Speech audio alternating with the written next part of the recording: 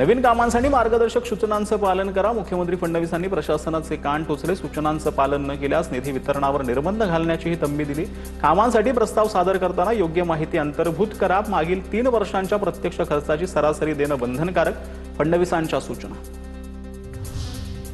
सिडकोच्या प्रथम येणाऱ्या प्राधान्य या तत्वावरील गृहनिर्माण योजनेची सोडत संपन्न। सोडतीमध्ये 8,795 भाग्यवंतांना आपल्या हक्काचं आणि पसंतीचं घर मिळालं। योजनेसाठी 10,832 अर्ज आले होते।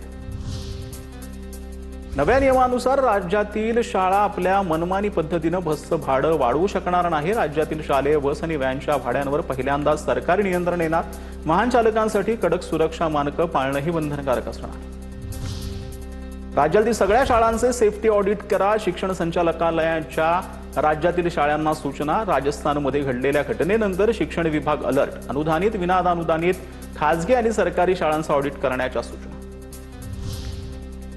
भंडारा जिल्ह्यातील वैनगंगेच्या पाणी पातळीत वाढ। भंडारा, खमारी, खारदा जुना पूल वाहतुकीसाठी प्रशासनाकडून बंद। नागरिकांनी पुलावरून प्रवास करू नये, प्रशासनाचं आवाहन। नागरिकांनी सतर्कता बाळगण्याचंही आवाहन।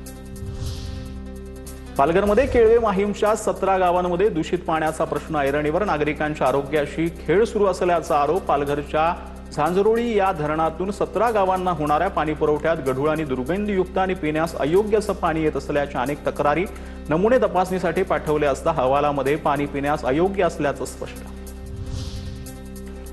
मुंबई गोवा महामार्गावरील खड्ड्यांवर मलमपट्टीचा सुरुवात झाली आहे। नागोठणे परिसरामध्ये दुरुस्ती। वाहन चालकांना तात्पुरता दिलासा। मुसळधार पावसामुळे आता उपाययोजना किती टिकणार याकडे नागरिकांचं लक्ष।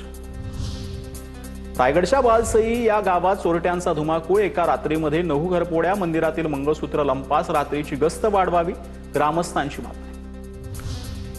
राज्य सरकारकडून खासगी विद्यापीठाच्या नव्या मान्यता प्रक्रियेला तात्पुरती स्थगिती। विद्यार्थी पालकांच्या तक्रारीची दखल घेत शुल्क, शिक्षक भरती आणि विनय नियमभंगाच्या मुद्द्यांवरती सर्वकष तपासणी केली जाणार। तपासणीनंतर पुढील मान्यता प्रक्रियेबाबत निर्णय।